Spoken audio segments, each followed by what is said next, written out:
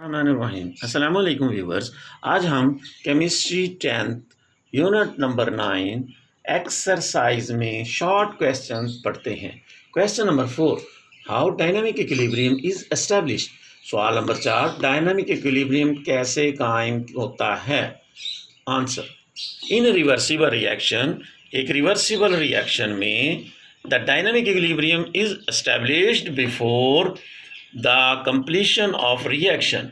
Dynamic equilibrium reaction के मुकम्मल होने से पहले कायम होता है। इसमें रिएक्शन मुकम्मल नहीं होता, ऐसे लगता है जैसे रिएक्शन मुकम्मल होने जा रहा है।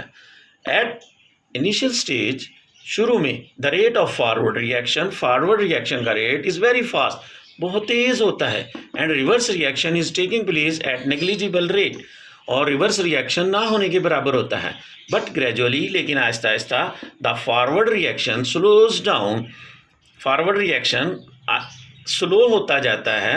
And the reverse reaction speeds up, और रिवर्स रिएक्शन तेज होता जाता है। Eventually the both rate attains the same rate, हत्ता के बोथ रेट एक ही हो जाते हैं। It is called dynamic equilibrium, इसी को डायनामिक इक्विलिब्रियम कहते हैं। रिवर्सिबल रिएक्शन में डायनामिक इक्विलिब्रियम रिएक्शन के मुकम्मल होने से पहले कायम होता है।